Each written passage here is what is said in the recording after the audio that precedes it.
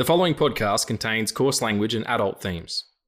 This week on the show, well, I don't think that's what anybody was expecting. Fuck, this is a great show. We're talking Wonder Man from 2026. I'm Riggs. I'm Eddie. And this is the Film Addicts podcast.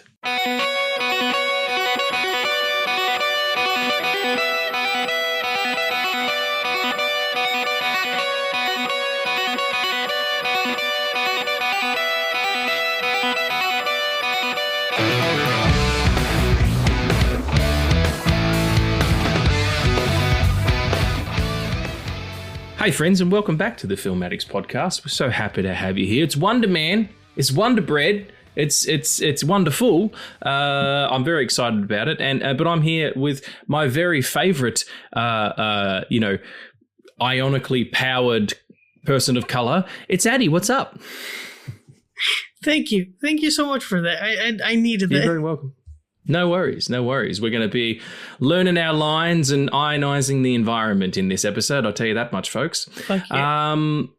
So yeah, Wonder Man is wonderful. Like I said, I was not expecting it. I started it and was like, nah. And then Tommy from No Country was like, you should finish it. And then you said, I'm really liking it. I was like, right, fuck it. I'll do it as homework. So let's do an episode on it, and then I have to watch it. And I really had a good time. So I'm excited to get into it. But before that, what are you doing? What's going on right now? Oh, nothing much, honestly. I've been eyeballing some sort of fucking break that comes in April. Because isn't that always the way? You're always forecasting a break, and then you get to that period, and you're like, I must tell you. So I was just talking to Addie a second ago off mic about how I fucking spent, 2 hours yesterday cleaning the gutter in my street, and then the council have come to do it today with their big machinery and have fucked it up, in a royal fashion. So there's that. And then I paid all my bills. All the bills are done for the time being. I was like, cool. I'm absolutely broke, but that's it. And then yesterday, my car door got stuck. Like the back car door got stuck. And I thought it was just like air pressure or moisture or whatever. So I pulled it hard and I yanked the fucking handle off like the Hulk. Oh my And I called the motherfuckers today. I'm like, can I bring it in? They're like, yeah, you can bring it in the middle of March and it'll cost $190 just to look at it. Not even fucking do anything. I'm like, come on. Fucking hell. So just in terms of looking towards a break, I was doing that too. But I was like, yeah, I need to take a break and I'll just say no to some jobs. I fucking can't now. Anyway, so why do you feel like you need a break? It's early in the year, son.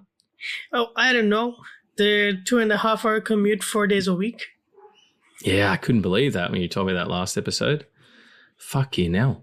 That's pretty wild. Yeah, I totally understand that. Do you get any time off school soon? Is there any time, or have you just come off some? Yeah, I mean, I've just come off some because of the New Year and shit. But I get time off like on Thursdays, which is when we're recording, and Saturday and Sunday. But I just, if you don't have class, we have like 16 assignments due one day. So fucking scholastic agenda really does beat out the color of creativity, doesn't it? Yeah. Kevin Smith was right. Well, that's all right. Well, let's just talk about some shit anyway, some Wonder Mans. I do have something to talk about though, because I was really fucking fired up the other day because I found out that there's a film. There might be a film coming out which is supposed to be Val Kilmer's last film, and the creative team behind it have resurrected him through AI. Of course they have, yeah. And I went on a whole fucking rant on Instagram, but I'm not gonna do that here. I'm just gonna say it's inhumane, and if you support AI, you're supporting the demise of human creativity, which is the only heritage we have as a fucking species. Because before we could talk, we were doing art. So yeah, well, that's how we communicated. Yeah, it is pictorially and through dance and things like that. Like it's well documented.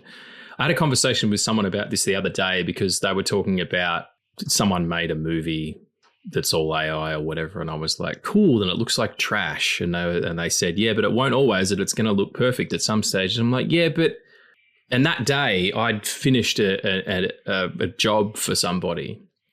It was a short documentary piece. This was the one I sent you, the one that was about the Native American man doing the sweat lodge thing, but it was for a movie and it was a behind the scenes thing. I sent that to the group of people who I worked with on that show, and they were I got all these texts and all these messages and all these voice messages going, it's amazing, it's so beautiful, you've really captured the spirit of the day, and I'm crying, all that stuff. Do you think a fucking AI program knows how to make those decisions? Because it doesn't have in order to make those decisions, like, I understand it can be analytical and like make menial tasks quicker and easier and stuff like that. But as soon as you bring it into a creative space, a generator that pulls from other sources, which is plagiarism, let's not fuck around. It doesn't have my compassion. It doesn't have my empathy. It doesn't have my worldview, like my individual thought process. It doesn't have an individual thought process. It can't. So it can't be artistic at all. That's not what it is. The argument that I always have is about screenwriting, is people go, oh, when you're stuck on a scene or when you're stuck in the second act, you need how to get to the third act, it can really help you out. Yeah, but that's the job. Like, that's the process of being a writer, of discovery and going through the hard days when you sit at the computer and nothing comes out, like it just doesn't show up, and the grind, and then the elation of when you do finally solve that problem and move forward. Like, that's what being a writer is. If you're, Ed Brubaker said it, the comic writer, if you need AI to help you write or create because you're worried about productivity, you're doing it wrong, or you don't have an aptitude. Like, you're not artistic, and that's fine. Not everybody is. That's okay. That's why there are some artists here who that's what they're here for. But yeah, it's just, and the comedy argument, and I'll leave it at this. Sorry, everyone. It's just been a week for it. If you use AI and support it, whatever, like, do whatever you want. But like, I don't know why you listen to this show. It's very anti that. But when was the last time someone said to you, this thing is artificial, and it was a good thing? Do you know what I mean? Like, if someone said to you, here's a banana, and you started eating it, and they're like, do you like that banana? You're like, yeah, it's all right. It's a banana. And they're like, it's artificial. You'd throw up in your mouth, Or people are like, oh yeah, but what about artificial limbs? Yeah, okay, I know that you can get, if you lose your arm or your leg or whatever, you can get a prosthesis or even a robotic arm, and even some that have hands that come off and you can still articulate with Bluetooth so they can crawl across the room and give your boyfriend a hand job or whatever the fuck it is that you're into, finger somebody, right? I know that you can do all that stuff, but it's not better than a real arm. Like, come on. Fuck Skynet. That's all I ever say. Fuck Skynet. Yeah. Poor Val Kilmer. Like, he didn't suffer enough. Yeah. The poor dude was just like, he had his career and his life ripped away from him. He had to contend with, the ego that had brought him to that place. And he died kind of a broken dude. And then to resurrect him, what does his family think? Like, what about his son, the one who did the voiceover for the documentary? Like, fuck you. Yeah. The video that I saw that first came on my feed, like how I got to know about this, it starts with saying that Val Kilmer hasn't been dead a year and he's still turning in his grave, and it was just like, fucking just leave him alone, man. All of them. Yeah. Robert Duvall now as well. Fucking hell. Just James Van Der Beek. Like, do we want to do Dawson's Creek: The Return and bring that poor motherfucker back? Like, blow me. Was the shit show in The Flash not enough to let you know that this isn't? Not only is this not okay, it will never look good because it's soulless. It is, yeah. The eyes. I don't care how good the engines get or how good the generators get, they will never be able to cross the uncanny valley because we are naturally inclined to look at something and realize that it is artificial because it's a part of our fight or flight response. You know, it's like that fucking Tom Cruise, Brad Pitt fight thing that someone did with whatever, I don't know, Fuck Yourself 97 or whatever the program's called. I can't remember. Yeah, it sounds like them and it looks like them, but fuck, it's dead. Like the eyes are like shaded to doll's eyes, black like a doll's eyes. Like they're just, there's no humanity there whatsoever. So yeah, and like, yeah, I don't know. Brad Pitt looks like he looked in Seven, and Tom Cruise looks like he looked in fucking Fallout. Like it's not them. It's a picture of them from like a series of pictures, and it's just it's fucking soulless. That's what it is. Yeah, and SAG went after him. They're like, you can't do that. That's you know, there's laws against that shit. Fucking like we were talking about when we did the Back to the Future episode, and we were saying how Crispin Glover absolutely destroyed them when he didn't want to come back for the sequel, so they got someone who looked like him. And they used footage from the first movie. Hey, Clarky. Yeah, he sued the shit out of him for using his likeness. This is exactly what this is. Like you can't take someone's visual. Like that means that they could, you know, that was the thing about Brad Pitt was defending Epstein in that video. Yeah. Like I don't know much about Brad Pitt, but I'm pretty sure he's not on board with child sex trafficking, you fucking savages. Like fuck it. And it is being used in that way too. Like a huge problem is that it's being used to generate child pornography because they think that that's a way out. It's not, because it's pulling imagery from real places. Yeah, just like I'll be interested to see. I'll be interested to see the person I was talking to the other night was like, well, it's here to stay. I'm like, yeah, maybe it's a tech bubble too, but even if it is here to stay, I'll be interested to see what kind of regulations get put in place around it, because they're going to have to at some point. And I'll also be interested to see what it produces in terms of those who go against it. And that, like, if everybody in the filmmaking community who decides not to use it, like, abjectly refuses, what is that going to mean for productivity and in terms of like you know, studios being like, no, we can do it quicker if we use AI. And like, well, I don't want to do it quicker. I want to do it right. So yeah, it's a big issue. We talk about it a little bit and we joke about it a bit on the show, but yeah, I think we're both pretty anti AI. The argument was, oh, you know, the car, the horse gave way to the car, you know, and the car gave way to the jet, and blah blah blah blah blah, and my other friend was like, yeah, but that's machines replacing machines, not machines replacing people. Yep. And I think that's a really good argument for it. So fuck AI. Fuck AI. Yeah, that's right. We just spent 14 minutes talking about it. Whatever. Skip ahead if you do. Well, it's too late now. You've listened. No. Again, no shade to anybody. If you're a shill for this stuff, if you're selling it, fuck you. But if you're just using it as a consumer because you think it's fun and new, I weep for you, but whatever. It's you make your own choices, you know? Yeah. Do you want to talk about what we've been watching instead? Yeah. Before we move on, how are you doing? Just came in a day when I'd produced, like, it's seriously that thing I sent you, the video. And if anybody wants to see it, I'm doing a behind the scenes documentary for the making of a film called Anavasi, directed by Christopher Kay. Both on Christopher Kay's on social media and YouTube and all that stuff. And Anavasi is Anavasi. And I've been doing this behind the scenes documentary, and I've been cutting it into like little bite sized pieces just for socials while we're putting together the bigger piece. It's the one that I did for day 14, the highlight reel from day 14. If you look on YouTube or Instagram, you can find it. It's on my Instagram, the Hit66 Instagram. It's probably one of the best things I've ever produced. And I've been doing this job for 25 years. And then to have that conversation on that day, it was kind of fucked. But fuck all that noise. I just want to talk about some fun shit and have a good time.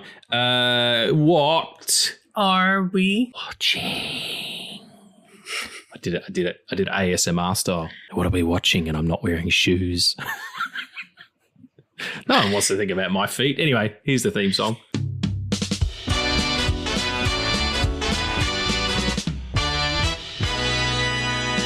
I watched the Vancouver Canucks lose 8 games in a fucking row. Come on, boys.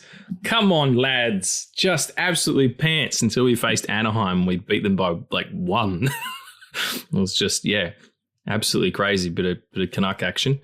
We're trying to find our feet after losing two of our sort of core players to trades. But on the positive, I watched The Great Muppet Caper, which is the second Muppet movie. It was produced in 1981, and it's basically about Kermit and Fozzie and Gonzo are journalists, and they have to go to England to investigate the theft of a missing diamond. They keep breaking the fourth wall and stuff and just being who they are. There's a great scene where like Miss Piggy's really hamming it up, and Kermit has it. She's like, he's like, can you make a choice, please? Because you are terrible right now. And she pulls him aside and he's like, I'm sorry I upset you, but we have to get back to the movie. Like it's really clever how they break the fourth wall. But I thought I'd seen it before, but I was conflating it with one of the other ones. And there's a scene where in order to get to the UK, they fly in freight because they're animals, right? Just thinking about it kills me. Okay. And they're each in a crate, and the shot starts on Fozzie and Kermit, and they're in this crate, and Fozzie's crate says bear on it, and Kermit's crate says frog on it, and they have a bit of a back and forth. And then it cuts to Gonzo in his crate, and he says, hey, can you guys keep it down? I'm trying to watch a movie or whatever. And his crate just says whatever on it.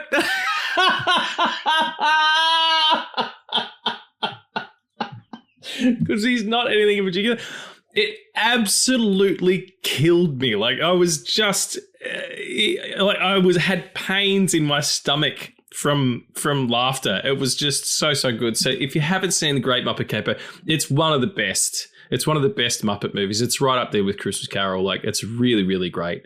Yeah, absolutely hysterical.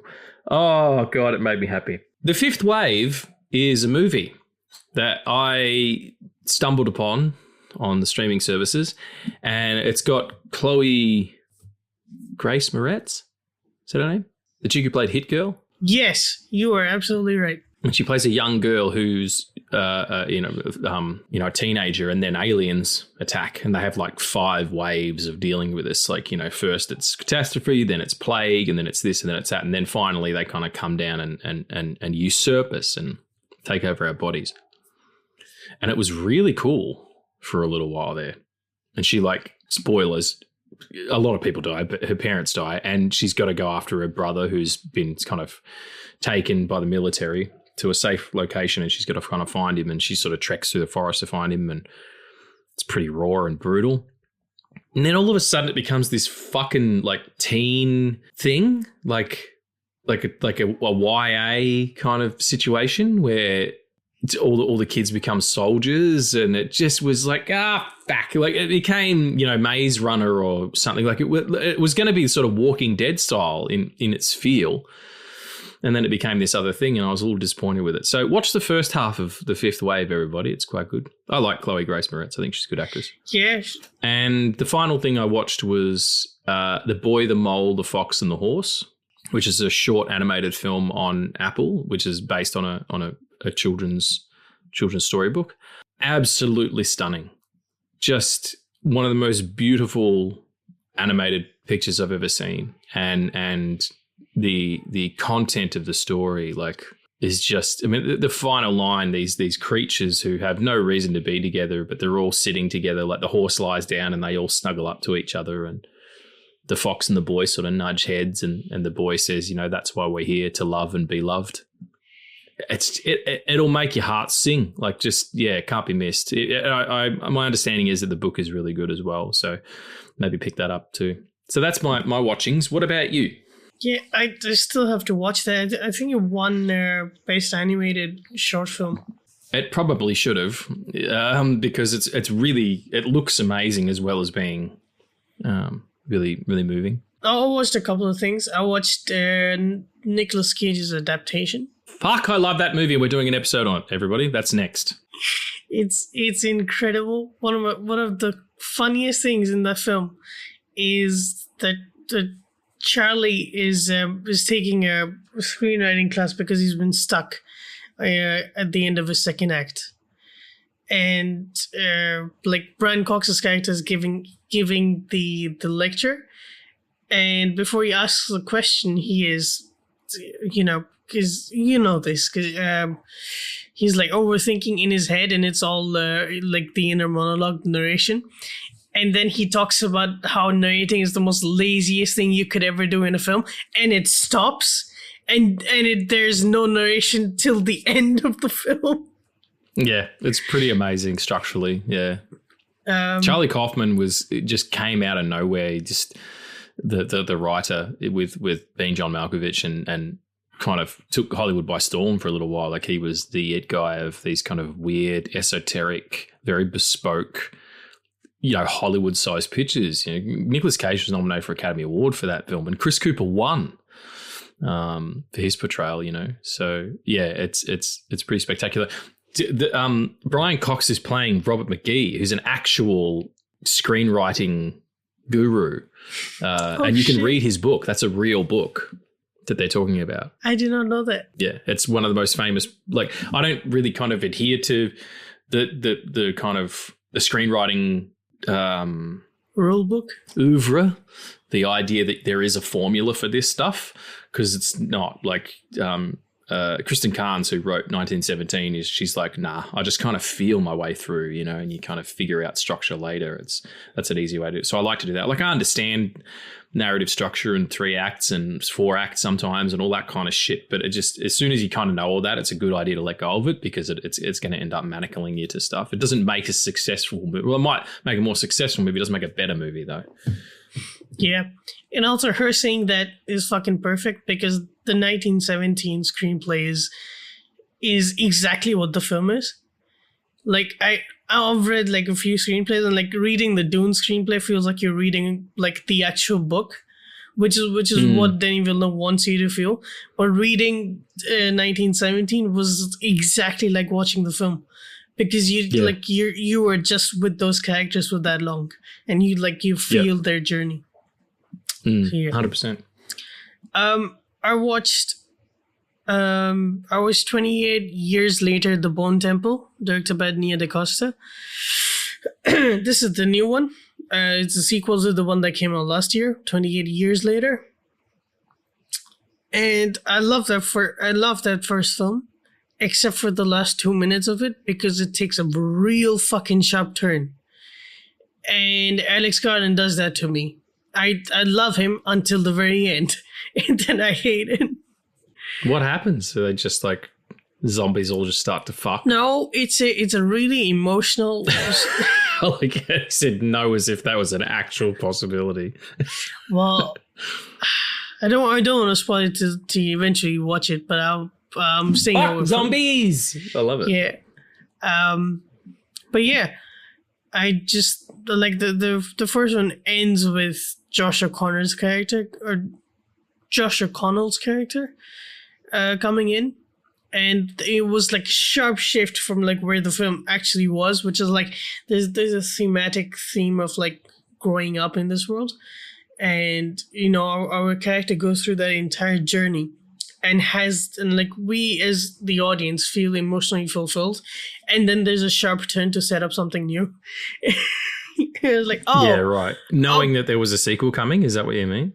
Yeah, because like they pitched like a trilogy with this. So it was 28 Years Later, and then 20 years later, The Bone Temple, leading to a third one. But they made 28 Years Later and The Bone Temple together. So yeah, I'm happy to report that this next one is fucking incredible, and I hope that at some point the Academy like shuts the fuck up and starts acknowledging horror, because Ray Fiennes deserves a fucking win for this one. I'm not even kidding. At one point in this film, he cosplays as the fucking devil. Oh no, I'm sorry. He cosplays as fucking Satan. And it is... Well, same thing. Well, yeah. The adversary. And it is the most incredibly amazing metal rock music video you will ever fucking see. It's it's greenlit for the third one. I'm excited to see where this goes. And these films are always about the horror that humanity brings to this world instead of like the actual horror, which are the infected. And I just got hooked on John Murphy's "In the House in a Heartbeat," which is the theme from the first film. And it's a tune that just goes on from like string to electric guitar at the end. It's 4 minutes long. I've been listening to it ever since I walked out of that film because it's amazing. That's awesome. So yeah, that was that. I've been watching The Pit, which is stressful and heartbreaking. And just good in all the ways and bad in all the ways for my mental health, but it's good. Awesome. Noah Wiley directed the latest episode 6, and it is the highlight of the show so far for me, because except for like the last 4 episodes of season 1, because there's an event that happens. And like all the characters from like the night shift are called in because the ER is always understaffed. Yeah. I think that's probably in reality that's probably the case too. Yeah. So except from like the last 4 episodes of season 1, is episode 6 of season 2 is what I feel is the turning point of the show, and like this we don't know where these characters will go, and I'm excited to see what happens this week. But it was fucking heartbreaking what happened. Been watching Shrinking. I've been fucking loving it. What are you thinking about this season? The show, the more that comes out, the more it in my opinion matches Ted Lasso in terms of its heartfeltness and its humanity. Is striking. The episode that I watched last night, which is the most recent one, the conversation between Michael J. Fox and Harrison Ford, that's an actual conversation between those two dudes. Yeah. That's Harrison thinking about retiring from acting, and that's Michael J. Fox talking about how his wife hand-fed him cherry ice cream. Like, those things happened. And yeah, it's a remarkable piece of fiction, and it's so hysterically funny as well. It's just so great. Like where she comes in and gives him the rock, and he's like, "I like how shiny it is." She's like, "I'm going to say I love you, but you don't have to say it back." And he says, "I love you." And she's like, "I'm going to tell everyone." And he's like, "No one's going to fucking believe you." He's excellent in it. He's so good. This is Harrison Ford at his peak, friends. Like he's going out on a big one. Whatever happens to the rest of his career, like this was the role that he was made for. This and Indy. And when he walked into the room, yeah, like coming back after having time off from being a therapist, when he walked back in humming the beginning of the Indiana Jones theme and then said, "I'm back, bitches," I nearly did a fucking cartwheel. Like, excellent. Absolutely excellent. Yeah, can't be beat. Yeah, I'm so excited to get to the new episode every week because it's just I love seeing Harrison Ford do his thing. I also feel like this is last season. Like, yeah, I hope they don't kill him because that would be really easy. Yeah, I hope they don't do that too. Yeah, I hope he moves with his wife to go and be closer to his daughter. That's kind of, that would be, and maybe he pops in for an episode per season, but there's plenty of story to tell without him as well. It'll be sad, but that you just get a proxy for him, like someone else will have to come in.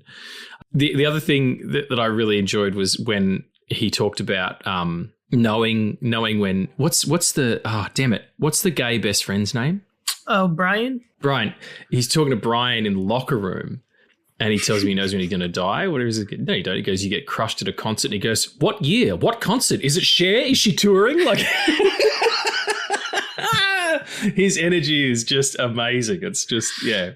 I love all of them. I love all of those characters so much. They all mean so much to me. Yeah.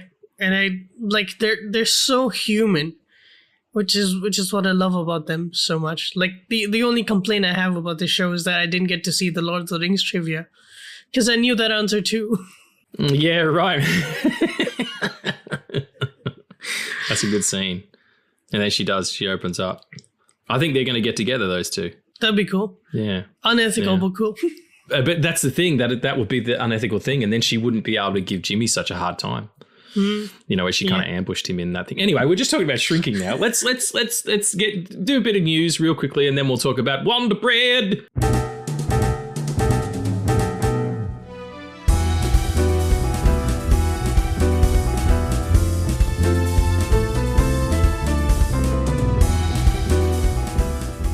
Spider-Punk and Spider-Gwen have films in development actively.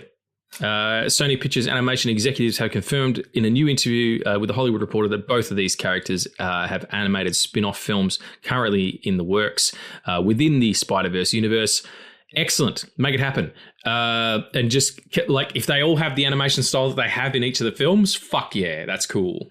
What do you think about that, though? Do you want to see some more spin-offs? Yes, but give it to Silk first because she deserves more. Yeah, you did talk about that. You talked about that for years. I think, it's all good. Silk was supposed to get a show on Amazon, wasn't she? Yes, and then they cancelled it. And they pivoted to Spider-Man Noir or Spider Noir or whatever you're calling it. That's cool. We'll come to that too. You know Stephen Amell? You know Stephen Amell from Arrow? Yeah. Yeah. He's going to be the lead in a Baywatch reboot. What the fuck are you talking about? Isn't he like fucking 60 at this point? No, he'd be in his 40s. Late 40s maybe, or early 40s. He's not that much older than me, surely. Wasn't he Arrow when wasn't he early 40s when he got Arrow? Like, wasn't that... Well, I don't know. Why don't you look up and tell me how old he is? Okay. It doesn't matter. Like, I'm not concerned with his age. It's just a weird choice because I've never seen him do comedy. Can he do comedy? Or are they not doing comedy? They're not doing a funny version like they did the movie. Because you can't do Baywatch seriously these days. I don't think that'll work. I would argue you can't do Baywatch seriously ever. I don't think you can do Baywatch seriously ever. It has to be funny. Okay, he's cast as a lead in Fox's upcoming Baywatch reboot, and Mel will star as Hobie Buchanan, described as a wild child we all loved from the original series, who is now a Baywatch captain, following in the footsteps of his legendary father, Mitch. So he's David Hasselhoff's son. That timeline doesn't work out, but God bless, Steve, keep it up. He's 44 at the moment. Yeah, he's a year older than me. I could be in Baywatch. Yes, Mark. you could. I'm so sorry. Thinking about me in Speedos. Okay, apparently there's a show coming out that's called Spider-Man Noir or Spider Noir, and it looks fucking dope. Did you see the trailer for this shit? Holy shit. I am on board. I've loved that character since its inception before in the film. And having Nick Cage do it, like this grizzled, detective. It doesn't matter. He's not in the suit, obviously. He's not flinging himself around and all that kind of shit. But still, like, just fucking what a great idea. And having it as a Prime show. How do you feel about it? I think it looks dope. Yeah, man, it looks fucking incredible. It looks great in both color and black and white. And that's interesting that they're doing that. The other interesting thing is that he's not called Spider-Man. He's called the Spider. The Spider, and he's a World War I veteran because it takes place in the 30s. Oh, it's going to be so cool. Yeah, and that you can watch it either way, and that he's Ben Reilly, not Peter Parker, which is really cool as well. And it doesn't have to, unlike so many things within the hey buddy, sorry, I've got a little friend. Everybody must know whenever I record a podcast, Clark comes and sits under my chair. He loves it. He just loves listening to me talk guff, don't you, mate? You hate AI as well, don't you, Clarky? Yeah, he fucking can't stand that shit. All those AI cats out there when he's the cutest cat who ever did live.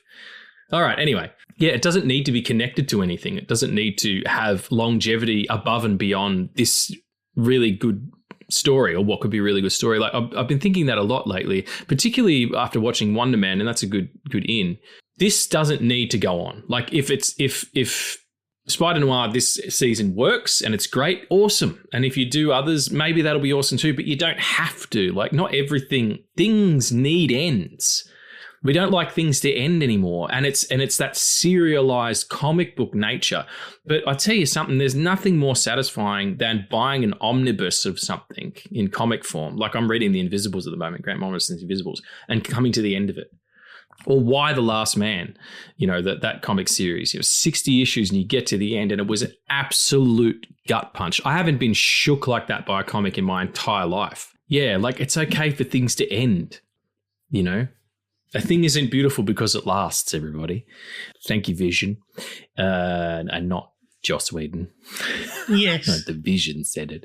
But yeah, Wonder Man's a perfect example of that. I love the idea of Spider Noir. It's not from, like, he's not that version from the film, because that version is Peter Parker. And this is Ben Reilly. I would fucking love that, because this is in my head because I watched adaptation like the day the fucking trailer came out.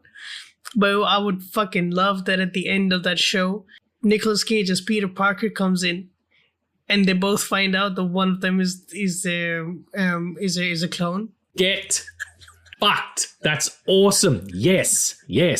Addy on the writing staff today. Yeah, that's a fucking great idea. Speaking of great ideas, it's Wonder Man. Nice segue, Riggs. I noticed in the credits that the person who is directing, I'm just saying person because I don't know how they identify, the person who's directing Brand New Day and who directed Shang-Chi created the show. Yeah, Dustin Daniel Cretton. Do you think it is a comment on the vapid nature of the Marvel sort of machine and the fact that directors and performers are kind of shoved into this box and have to stand on green screens and do all that stuff? Like, why is the director they're getting to direct the Wonder Man movie this amazing European director like a Denis Villeneuve? You know what I mean? Like, why is it? And he's not a workhorse. He's like, I don't miss a day of shooting. I shoot everything, that kind of thing. Why is it this actor who is, so dedicated to his craft, and they never mention that he's a person of color? Like, there's just all these really interesting. It's like when Favreau made Chef after the Iron Man movies, and it was a direct, comment on the way that that system works. Do you feel that's what this is? I think you lack media literacy if you don't think that's what this is. You lack media literacy. You're one of the smartest motherfuckers I know. Do you know that? Like, you're so fucking switched on with this shit, dude. No, because this, like, to have something like the studio, you have to understand, like, inside baseball. To have Marvel make something like a Wonder Man, you have to understand how much internal conversations they would have had to make something like this, and to have the shots that they play on fucking superhero films to be, to like take those hits and actually produce something this well made. Yeah. That is the thing though. It's really well produced. It's not just kind of a slapdash sort of situation. It's my favorite of the Marvel shows, alongside Hawkeye and Moon Knight, because they were, again, standalone things that didn't then branch off into other places and whatnot. Again, for those of you who haven't seen it, I don't know why you listen to this, but it doesn't do the superhero thing at all, really. Like, there's maybe 4 scenes where he even uses his powers, and they're not explained either. He's just, at the end, the guy says he can ionically charge the environment and manipulate the ions, and he could be one of the most powerful people in one of a threat or an asset kind of situation. But that's not what it is. The story is this beautiful. These two guys don't go together. Yeah. You know what I mean? Like, Yahya Abdul Mateen II. Exactly. And Ben Kingsley couldn't be more diametrically opposed as human beings as possible. One is a very tall, very handsome African-American in his late 30s, I guess, or in his mid-30s, who's kind of a real force. Everything he's in, like, he's a real force. And then you've got Ben Kingsley, this Academy Award winning actor, doing this like broken British guy, and the way that they come at their work as well. Like he's like, no, that's not my process. He's like, you just got to trust the words, like that kind of thing. They're two different, and yet their coupling it's one of the best team ups in history. Like I love them together so much. I also love that Ben Kingsley has made Trevor Slattery into this really interesting character that just keeps coming back and giving us more and more. Like he was one of the best parts in Shang-Chi. He is the second best part of this show. And if you understand Trevor Slattery, you understand the things that he's done, and like the Mandarin twist is that he's an actor. He's fucking incredible, but he was ahead of his time. So much so that people fucking hated it, and they had to backpedal and create an actual Mandarin for the Shang-Chi picture, which is was for the best. But still, like that turn is incredible, where it comes in Iron Man 3 when he comes in and he's like, bloody hell, like. It's just a movie, green screen, like that whole scene of him, and Tony Stark calls him Laurence Olivier. That's just fucking fantastic. And yeah, to see him go on and have such an issue, like this is a really, really nuanced performance. Mm-hmm. It's not all comedy at all. Like there's incredible pathos and incredible depth to the character of that he's playing in this particular show, because we know and he knows that he's in there for damage control and is specifically trying to get information on Simon because they think he's a threat, and the turn of that, of where he's like, I'm going to give myself up so that you can go on, and Joe Pantoliano steps in. That's so great. He's doing some really subtle work, and yet he's still hysterical as well, Well, the nuance and the comedy of it all, it comes from Trevor Slattery, because without him, the show is quite heartbreaking, and is a show about a black actor who's struggling and is never taken seriously enough. And then when he is so in his mind that he loses the job that he worked for so much. Like that's how we start, and that's not the first time that this has happened to him, obviously. And yeah, I on my first watch, because I rewatched it for this, and I liked it the second time more. But on my first watch, I couldn't connect with Simon Williams. I couldn't, because my head also works the same way, and I'm just I can't, like that was a little too real for me. But also, like his performance is very, like his performance is so muted in the sense that, like, when he gets the callback, he gives us a smile, and that for us feels so incredibly emotional, because he hasn't emoted that much, because he's holding in so much of his of himself, because like he's scared that the secret is going to come out. But not even just that, like he has to regulate, because his emotions affect his ability. Yeah. Like in the scene where he's having that argument with his brother at the mum's party, and he smashes the new countertop. Like the imagine being somebody whose job it is, whose profession it is, whose life it is, whose passion it is to create emotion, and having to stifle that.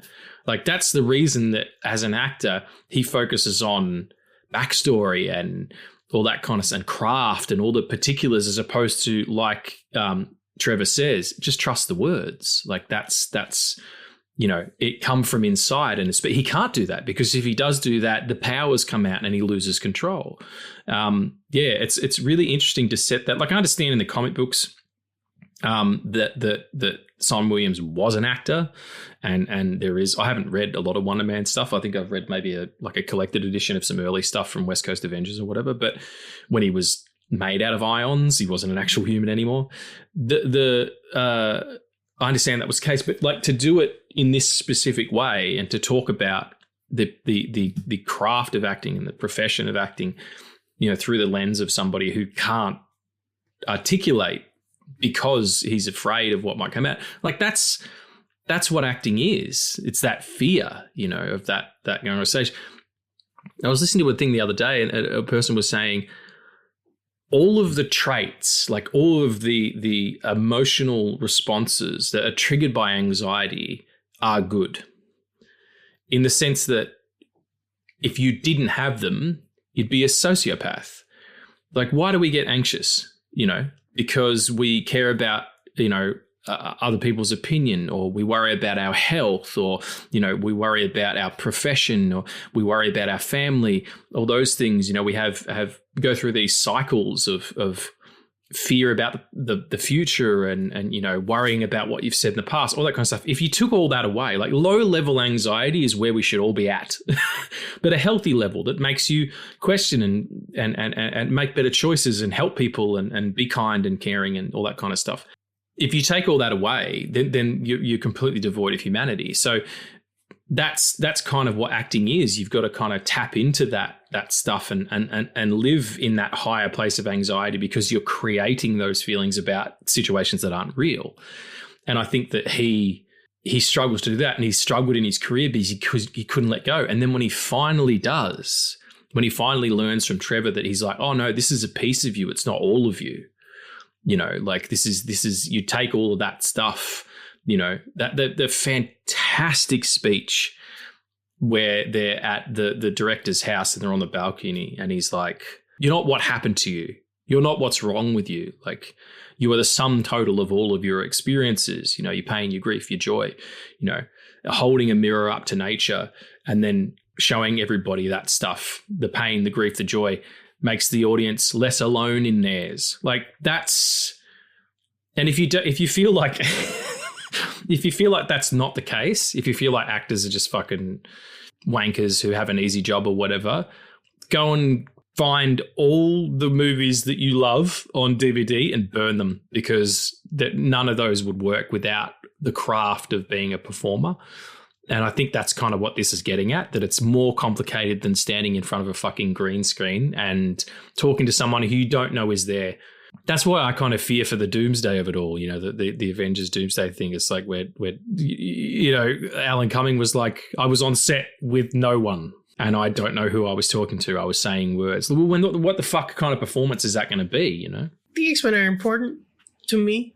If you have all of them come back, yet none of them share the screen at all, what the fuck are you doing? If they're all individual vignettes over the course of the film, yeah.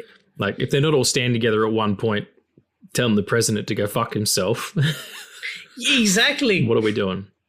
Like, go and watch X2, everyone. It still rules. Yeah. But also, like, it's kind of what, like, doomed the fucking Star Wars franchise, because J.J. Abrams from the get-go was, we meet Leia in the first one, we meet Han in the first one, and Han dies. And in the second one, in the second one, we meet Luke, and then Luke dies. And then in the third one, Leia dies. And we never get to see them together. And that alienated the entire audience that you had. The original audience who wanted that to happen and were waiting for that to happen, yeah. I do like the part where they kill Han, though. And Chewie's like, fuck! And Chewie tries to take out Ben. It's the most heartbreaking really cool. fucking thing ever. It's. I also love, you know what it feels like to me? It feels like, without the musical part of it, it feels like La La Land in a lot of ways. There's kind of a dreaminess to it. But the other thing it reminded me of is Atlanta, the TV show. Oh, his name's not Childish Gambino. What's his name? Oh my God. But I know what you're talking about, because it's with Lakeith Stanfield and yeah, Lakeith Stanfield and but who's the lead? Oh fuck, I'll look it up, because he plays Uncle. That's driving me nuts. It's someone Glover. It's not Danny Glover. It's Daniel Glover. No, it's not Daniel. No, it's not. Donald Glover. Donald Glover, the Donald Gloves. Yes. Atlanta's a great show. It's really, really cool. But they have these really interesting episodes that are only tangentially related to the actual thread, the story thread. And that's what I felt about the Doorman episode. I fucking loved it. I love that episode so much that in the Marvel Cinematic Universe, Josh Gad is a fucking asshole and he got lost inside a dude. Like, that's so clever that they were And that is then, and then it cuts and you see him on set watching the news broadcast saying that Doorman he's been taken into custody and because Josh Gad has disappeared, and that kind of the polluting of what happens, and you kind of see that a little bit in Wonder Man, like when they're finally on the set and Simon's like, no, I don't want to get my own smoothie, like that kind of shit. He's become the problem. Which is why the ending is so satisfying to me, because he kind of denies all that because of his friend. My problem is that episode, but I love that Josh Gad plays Mark Wahlberg in that episode. That's kind of what's happening. He's fat Mark Wahlberg. That's right. Yeah, he's Wahlberg. Why do you not like that episode? Where we leave off, right, is it is the highest tension point of the entire show. Because he's just gotten the callback. And then you have this isolated episode. Is technically not related until the last scene. And I personally feel like you could have done that in the story. And you could have had him explain, and you could have like the environment that they're working in explain why it is important for them to know that you have superpowers, and for why it's important that those people don't work. Instead of having like a flashback that ties in Roxxon and probably whatever the fuck is happening with Cloak and Dagger and the like antimatter shit. It's a cool choice, right? I just didn't like the choice that they went with. That doesn't mean that it's bad. I just, for me, I felt like they could have done it better if they didn't do that and have it be like sprinkled into the story and explained it through people that it actually affected. So yeah. That's like kind of the only thing that I did not like be 100% with, but that's what makes it good, because I don't love all of it, but the entirety of it is so innovative and creative in like the most like dull Marvel era. I hate to say it, but it's true. No, I like that it's kind of anti that. It's going, all right, well, this isn't working, so let's just take a sharp right turn into something that people are absolutely... And I wasn't joking in the intro. Like, I didn't expect this to be what it is. I thought by episode 3 he'd have his powers and he'd be out there fighting crime. Not even close. He saves Trevor from a bunch of people who drug dealers who he owed money and whoops that ass. And... It's about these two guys. And it's not a bromance, like that kind of fucking hackney term. It's about two people who just find each other in the cacophonous din that is the human experience. Finding someone who, you have a connection with, that defies logic, that defies, not only like class boundaries or caste boundaries, but also they shouldn't get along because they're two very different types of actors too. Our actors can get very, very cliquey, and yet these two motherfuckers just need each other for no reason. Like it's like me and you. Like, why the fuck does this work? Like, we've never met in person. We live thousands of thousands in an ocean away from each other. We're from two very different like caste systems. We're from two very, very different economic backgrounds. It's just... There's no reason why this should be as like powerful a friendship as it is, because there's all the things that you would typically need for a friendship to work aren't there, like the connectivity and all that kind of stuff. But and that's kind of what this is. Like the reason that Simon and Trevor become friends is because Trevor's kind of has to insinuate himself into his life in order to get this information. The reason they stay friends is ephemeral. There's no explanation for it. It's the X factor. It's the unexplained. It just fucking works. And I think the chemistry between the two of them, the actors, the real actors, not the people they're playing, but Yahya Abdul-Mateen II and Ben Kingsley, Sir Ben Kingsley, just works so fucking well. I think that is the core of the show. Like if they don't have that, this show doesn't work.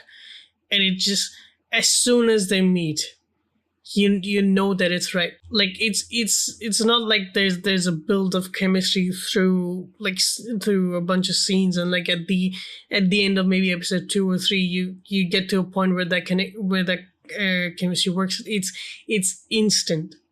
And and like you said, like there is no world in which like these two like are together, right? Like not together as in romantically, but like are paired together as like actors, both the actors and the actors that they're portraying.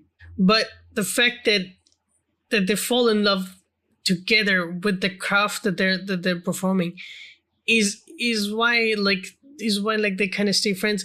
And also I feel like Simon Williams is like Trevor Slattery is probably the only person in his entire life who hasn't judged him for having powers.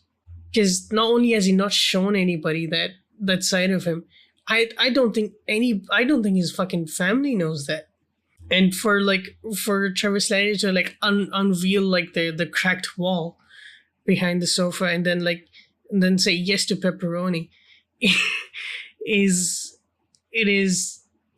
what breaks the barrier from like him being comfortable with somebody else, because he hasn't been that. And you get that when he becomes the Wonder Man and he's cast as Wonder Man, and like the New York Times is doing a profile on him and Trevor Slattery, and he goes and like talks to his ex to like make sure that she didn't say anything, and then she says that she knew, but she didn't know if he was comfortable enough to talk about it. And I feel like that scene is where I was like, he might be a mutant. That's probably how they're playing this.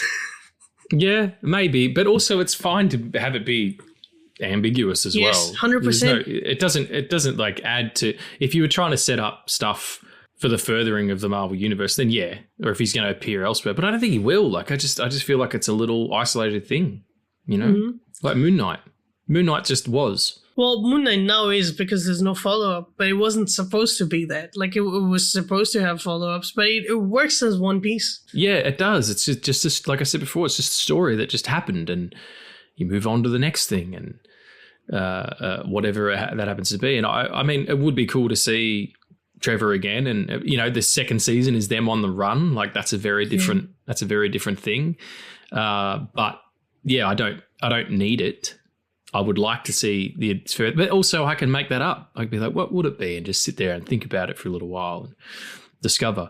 Yeah, I just think it's a really, who'd have thought that what would energize me most about and look, it's well documented at this point that I'm kind of over all this stuff, and it's not even anything to do with the quality of it. I'm kind of moved past it. I've changed a lot in my tastes in the last few years, even things like comics. I talk about comics a lot. I read them all the time. I don't read a lot of superhero books anymore. Mm-hmm. I read a lot of like independent stuff, and I'm not saying that that's better. I'm just saying that that's where my interest is at the moment. Things like Why the Last Man or The Invisibles or Sex Criminals, which was fantastic. Which is a really amazing book by Matt Fraction. That's just where I am. And I still love superheroes and still go back to it and stuff, which is, why I keep watching these things and I'll keep engaging with them, because it's, it's still cool shit, but I just don't feel the same way. Who'd have thought that this would be the thing that would make me most interested in what was going on inside this universe? Yeah, like where you could have the scene you were talking about when they pull up to that part where they shot the dance scene from La La Land, by the way, that same cliff face, that same ridge. Oh, yeah. And he goes and he snaps the SD card from the recorder. He goes, yeah, I lost it. Sorry. Like he's just so, he gets out of shit so well. But anyway, and he gets the call back and he's just like, we got it. They couldn't get a hold of you because they didn't have your details. Like, who'd have thought a moment like that between two actors would be the most interesting thing that had happened in the cinematic universe since fucking, 3 Spider-Men turned up or whatever, On rewatch, it is very, very intentional that the Yahya Abdul-Mateen II, his name is so cool that I'll keep repeating the entirety of it. What do you think his friends call him? Yahya? That's not as cool. What do you call him? I don't know. Hey, second. Hey, seconds. Abdul. Yeah. Mateen. I don't know. I'd love to know what they call him. They must just call him Yahya. Yeah, I guess so. But yeah. Why? What's up, why? And then you get punched in the throat if you do that. Or punched in the head like the guy did in his dream. That happened, and there was too much reaction time. I'm like, did he fucking do it? Like, it was. It took me well by surprise. That's a great scene too, where they're doing it, and he's they're doing the back and forth, and he's doing this really powerful speech, and he's smashing all this stuff, and he's like, "Yes, this is not what I asked for. You just did a scene from Pretty Woman." I was like, holy shit, that is from Pretty Woman. Yeah, just magic. Yeah. Absolutely magic. I have a question for you. Who do you think Von Kovac is based on? Oh, it's Werner Herzog. 100% it's Werner Herzog. I don't know who that is. Yeah, he a fantastic director. He made a lot of documentaries and stuff like that. He's the guy in Mando who, with the accent, who I can't remember what he does. I think he wants Grogu or something. Or, I don't know. Look him up. He's a German director. I think he's German. No, maybe Swiss. Fucking hell, he might be from Pluto. Who knows? Incredible director, but he's also because he was kind of like the face of all of his documentaries. He's quite famous in that respect. Yeah, he's did a lot of work in the 60s and 70s. Real gonzo kind of filmmaker. What's his name again? Werner Herzog, but you spell it with a double W, so Warner. But I think you pronounce it as a V. Werner Herzog Volcano. That's one of his documentaries. He made a film in the 70s, I think it was, called Fitzcarlo, where it's about these people trying to take a boat like over a mountain to get it in a body of water, and it's incredible. Like amazing. He made Grizzly Man, the movie about the guy who lived with the bears, and yeah, it's just really incredible. I think it's sort of him. It also might be a little bit Paul Verhoeven, the guy who made RoboCop and stuff. But yeah, there's a bit of Denis Villeneuve in there too, like this kind of art house director who wins Academy Awards and then all of a sudden is given a huge franchise and people are like, what the fuck? Why are you doing that? And he goes, I fucking love it. That's why Dune is the best for me. That kind of thing. And that's what happened to this. He's like, we're going to make the best Wonder Man movie ever. Like, and when they're at the premiere and he's like, we could do a sequel, but nothing is ever going to be as good as that. But let's have a think about what we could do if we did do it. Like, it's just... Yeah, I think he was a really good spice to it. Fucking crazy hair, though. Like, it was really distracting. It's like, what, did you get electrocuted? What the fuck happened? I don't know. However, this is the same actor who played, like, the most insane fucking person in Triangle of Sadness. I don't know if you've seen that. Yeah, right. There's a sequence in that where everybody pukes. It's a 10-minute sequence where everybody pukes. I'm not even kidding. Oh my God. Yeah. I'm glad I didn't watch it. That and the fucking flaying of people from the pit. I'm like, stop watching stuff that's gross. Yeah, man, I watched Triangle of Sadness in a theater while having a really bad, really severe anxiety attack. To a point where at one point I passed out. I was in the theater. It was fine. Oh my goodness. Yeah. Hopefully during the section where everybody was chucking. You don't want to see that shit. He's also the president of Bravia in Superman. Yes, yeah, that's where I know him from. Right, okay, cool, yeah. And have you rewatched I know this isn't Wonder Man-y, but have you rewatched Superman since it was at the cinema? Like 4.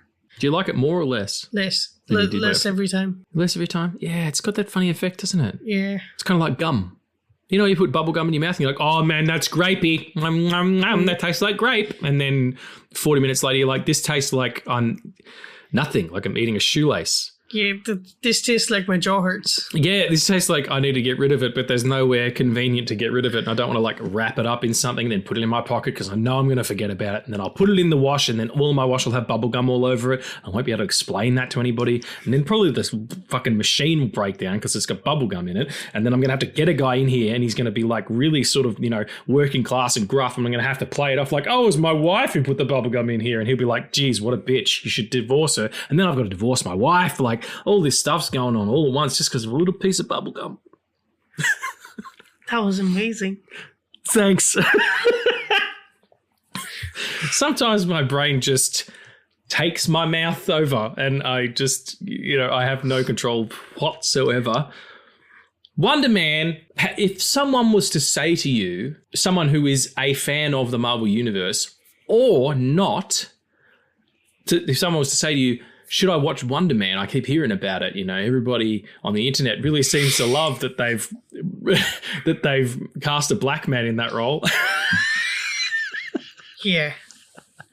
You bunch of fucking losers. You absolute fucking losers. They didn't even talk about it in the show. Why would you talk about it? Which is fucking, that's intentional, you know? Of course it is. They don't talk about the fact that Nia DaCosta was, the first black woman to direct a film in Marvel at all. And to have all female lead cast, and then it was panned as the worst Marvel film ever made. They don't talk about that. It's not. It's fucking not. It's Thor: Love and Thunder, but you're not ready for that conversation yet. Because Chris Hemsworth has a huge penis. Yeah. According to that movie. People faint in that movie when they see Thor's dick. Well, they don't show it. And where I watched it, they didn't even show his butt. I could have. Yeah, but I'm filling in the blanks, you know what I mean? 100%. I can see that thing. It looks like a fucking fire hose. It's like the big dick we were talking about last week. The big blue dick, which was Yahya Abdul-Mateen II's.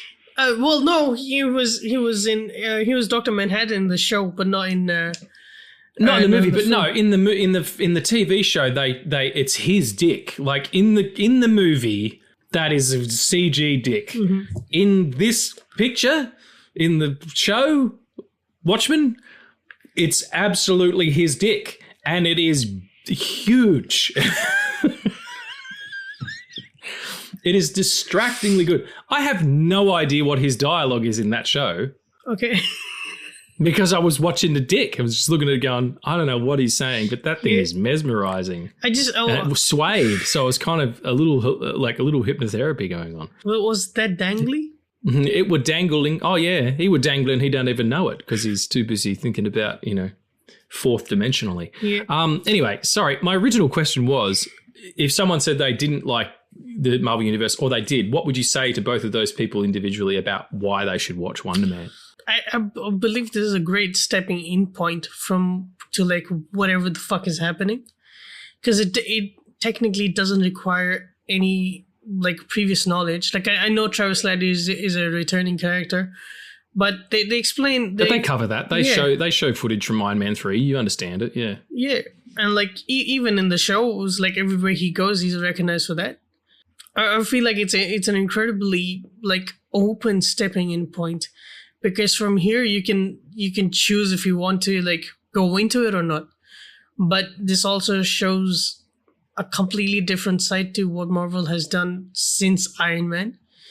They have this is new and innovative in an age where they haven't been new and innovative since the past 7 years.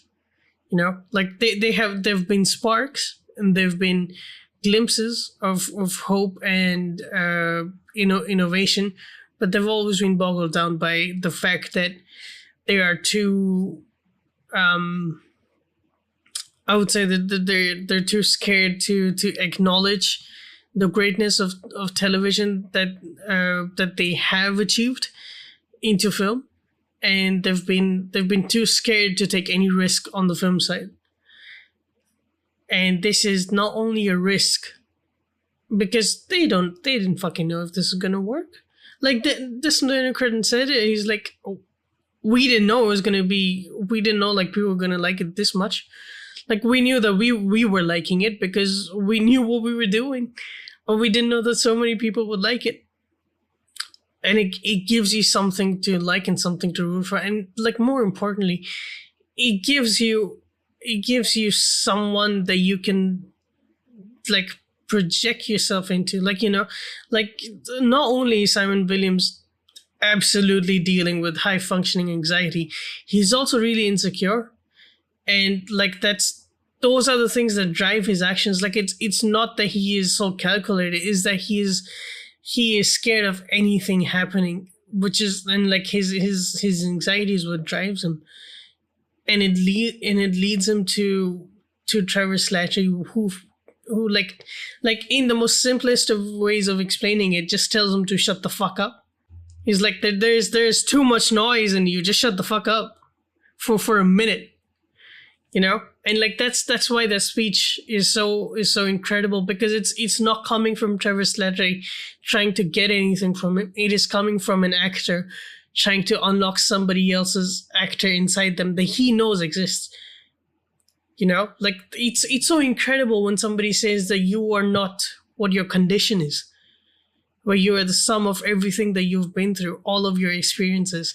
Because that's true for him, yes, but it's also true for everybody, regardless of them being creative or being an actor or not.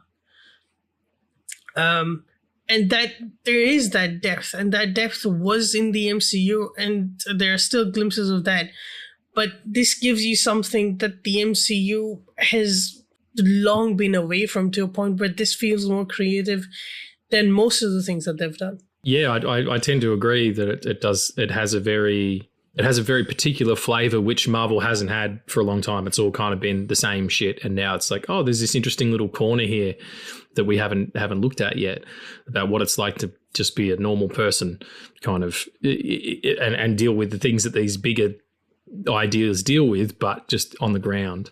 Absolutely recommend it to everyone. Shall we go through some favorite moments and stuff, and thereby go through and talk about the bits that maybe we missed? Yeah, 100%. So favorite bits and stuff. So my number 3 is, oh man, this is hard, but it's the sequence where they go to the guy who's making the chamoy in his house to get the bike back. And like they immediately recognize Trevor, and they're like their whole fucking like as being the Mandarin, yeah. Their whole thing is up, and then the chaos that ensues because the people who are behind Trevor show up, and then the fucking FBI shows up, and then somebody gets shot, or there's a shot fired, and then the way that they run out. And it's been like they've been on the run to get the fucking footage from this man, so that they can incriminate Simon Williams, because the footage shows him using his powers. I'm explaining this as if like people who are listening to this part haven't fucking watched the show. Like, what the fuck? That's right. You can't assume. And so yeah, like the entirety, and then it leads to like him because I think he falls asleep in the car. And he's fucking sleep deprived. And I love that's his headspace when he goes to the fucking callback. For me, it's the writing of the show is like the entirety, from the structure of each episode to the structure of the overall narrative, how each of the, like, it's kind of like two episodes do this, and then 2 episodes do this, and then 2 episodes do this, and then 2 episodes do this. Like, and they've all got different kind of waves of this experience that's going on. That's sort of like what I got out of it most. And you, like, Yahya Abdul-Mateen II and Ben Kingsley are legit actors. Like they don't need to do this. The money's probably really great because it's Marvel, but it's not like they would say yes to this if it was vacant, you know? It's not like, and this is not throwing shade at them, but I don't 100% think that Anthony Mackie and Sebastian Stan were all in on their TV show. It was probably contractually, they were probably obliged to do it. But even if that's not the case, like, it's still a continuation of that thing. Like, to bring Trevor back in this particular way and to bring in the character of Wonder Man is really specific. And I don't think these 2 actors just say yes to that because Marvel, says, we're going to put you in 10 movies over the next 15 years and it's going to be great. I think they're the actors. They're like, we want to do interesting work. And that's what I like about it. I feel like the people behind the camera and in front of the camera are there for the work, continuing of their career or whatever the fuck, you know. And it makes me really excited for the new Spider-Man picture. I'm like, all right, this guy... Yeah, okay. Or this person, they're on it. I'm really interested to see how they take such a huge concept and give it some heart like this, because that's what it's all about. This has massive amounts of heart, and I'll explain why when I get to my favorite part. But what's the second one for you? My second one is the scene at his mom's birthday party, where it's only a frame, but it's Well, I'll talk about why it's important to me. It's the frame where they're cutting the cake and everybody's surrounding the mom and he's behind, almost in the background, and that is the show right there. That is he is in the background of his entire story. He is so caught up in his own head that he cannot at all move forward. Anything he does to like move forward, he's slapped back into the place that he already was.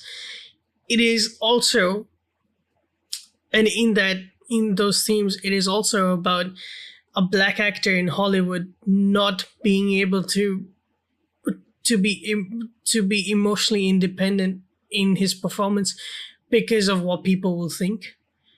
And it's not talked about it in the show, but it is definitely there. It is also,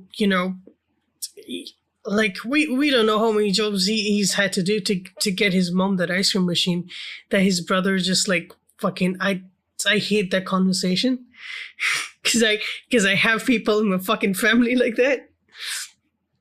But it's too real, and for it to be shown in a way where it's just a push in on a character and you can see all of that on his face. That's like those themes of this entire show are there in that scene, and like that's what makes it great, because you can pick almost any isolated shot or any isolated moment with Simon Williams and you get all those same themes, because this is the same character throughout and he hasn't been tampered with. Like the writing for the show hasn't changed every day.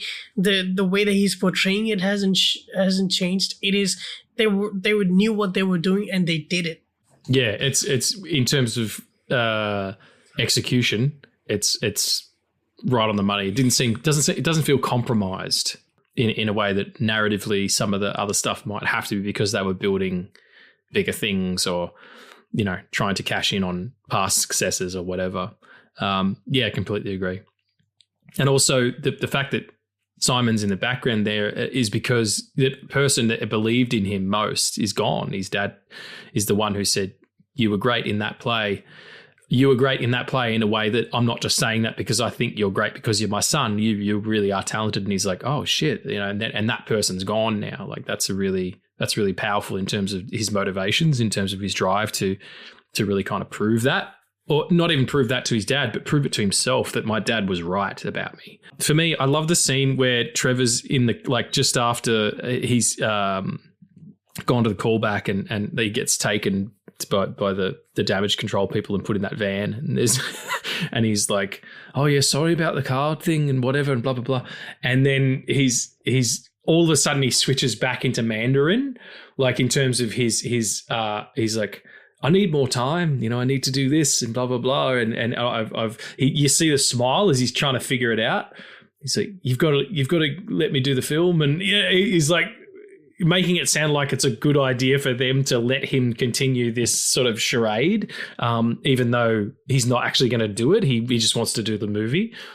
Just that Ben Kingsley moment is great. And also for me, when he reveals that he has betrayed Simon, and that's exactly what happens between Wonder Man and his mentor in the film.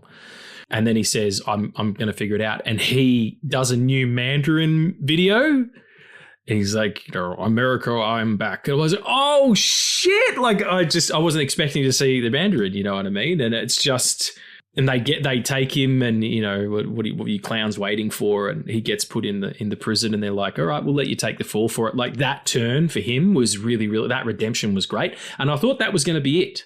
And then I'll get to my favorite bit in a minute. So what's your second favorite bit? Dudley, what's your first favorite bit? But you didn't get to the bit where you saw huge hogs, massive dongs throughout the program. I'm going to say my favorite bit, but I'm also going to say like what I'll also give a shout out to like one of my favorite parts of the last episode. But I'm going to say my favorite scene is him watching the original Wonder Man film with his dad in the theater. It just it hits something. It's also because,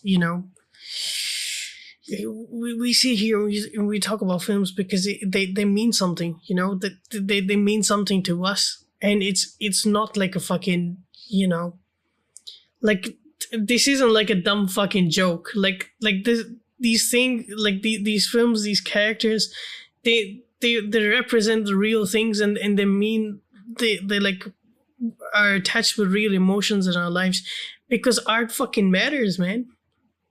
And it matters so fucking much. And like you said, like the only person who believed him in that much is gone. And to get another person to believe in yourself in Trevor Slattery, like that's his arc. You know, like he finds that person again, and he doesn't like let go that easily. And just like Simon Williams' like entire struggle to be great, yet be boggled down by his own head, is a real fucking story of almost every person living on the planet. Because we all suffer in ways that we cannot comprehend and in ways we cannot talk about. But it's real because it's there on screen and because you can connect to it. And that's what he was feeling in that moment. You know? Like that's why he says that this is the part that I was born to play, because of that connection. So yeah. My favorite scene, however, is when he blasts in the final episode, where he's come out of the trailer after confronting Trevor, and like he knows that it's all been a charade, and he goes to the soundstage where they've been shooting, and he just lets go. And it ends with the shot of him like in the crater that he created, and it's a superhero shot, but it's all like it's almost like they shot it on miniature, like he's so small in the darkness that surrounds him. It's a real purging of this angst, this feeling that's been building up the entire show, and you were kind of waiting for the ratchet to let loose and for it to kind of spin out of control. Yeah, really, really powerful.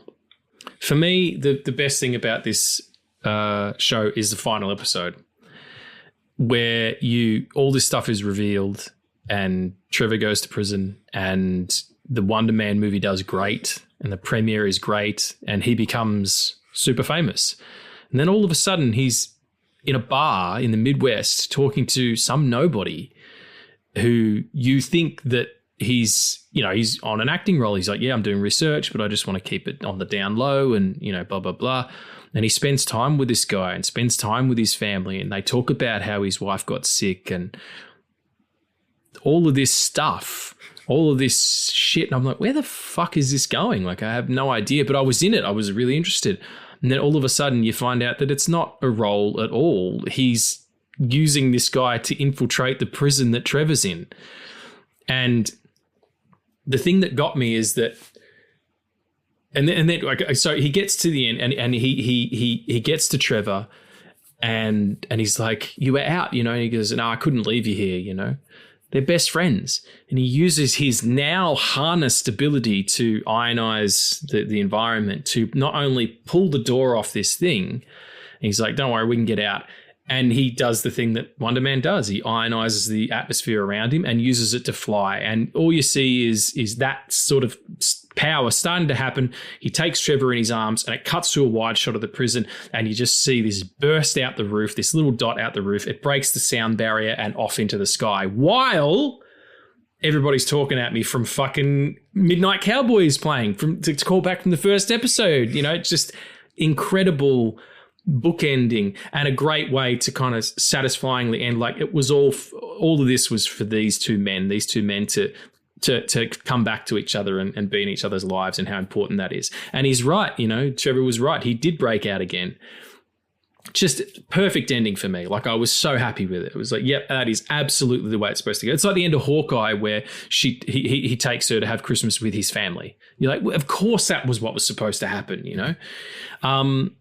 But for me, the real thing that made a difference is that in order to do that, in order to get to Trevor and to use his superpowers, his actual superpowers, to help Trevor escape or to break him out, that's his superpowers. But he used his actual superpower, which is being a fucking great actor, to get there.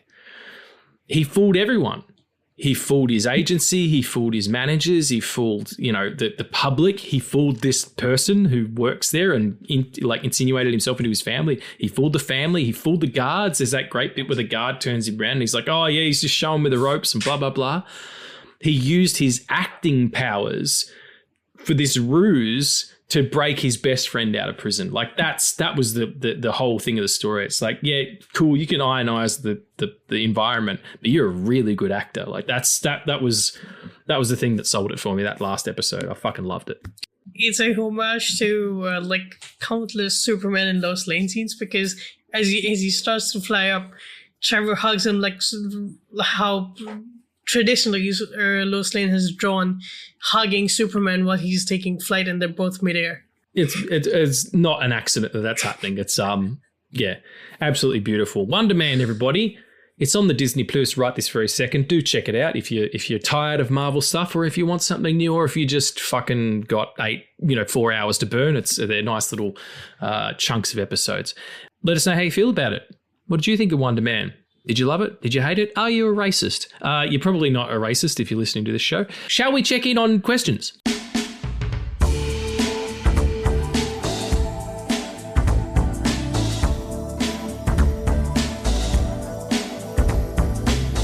So question 1 comes from Juan. He says, did you love Josh Gad's appearance as much as I did? Yes.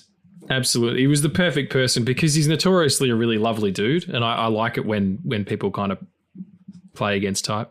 Like I said, this is more Josh Gad being Mark Wahlberg, which playing Mark Wahlberg, yeah, like. Exactly. Without all the churchy shit. Question 2 by Chaz. He asks if you could make an original film about a filmmaking process, what small thing would you zero in on? Foley artistry. Because it's so, people just kind of take it for granted, but every single sound that you hear that isn't dialogue is created pretty much. Yeah. Look it up, go on YouTube and look up Foley artistry. They do a lot of it for cartoons as well and stuff. Like a punch isn't a punch. It's someone like whipping a watermelon with a fucking cat of nine tails or some shit. Or the sound of a lightsaber is someone hitting a high tension wire with a spanner. The sound of the T-Rex from Jurassic Park is the sound of a truck falling off the side of a hill and shit, or whatever the fuck it is, or it's a pig or something strange. Like just the idea that you can create sound, and I've gotten into that a lot of creating sounds where there aren't sounds, or adjusting sounds that you've recorded to sound like something else. So yeah, I think it's really interesting. Yeah, that is pretty cool. Yeah, I discovered that when my grandfather told me that like the sounds you hear in films, but of like horse hooves, they're not actually horse hooves because they don't make that sound. Because somebody made that sound by knocking their knuckles on the table, and they recorded that. Yeah. It's the same for a silencer. The sound of a gun silencer doesn't go phew.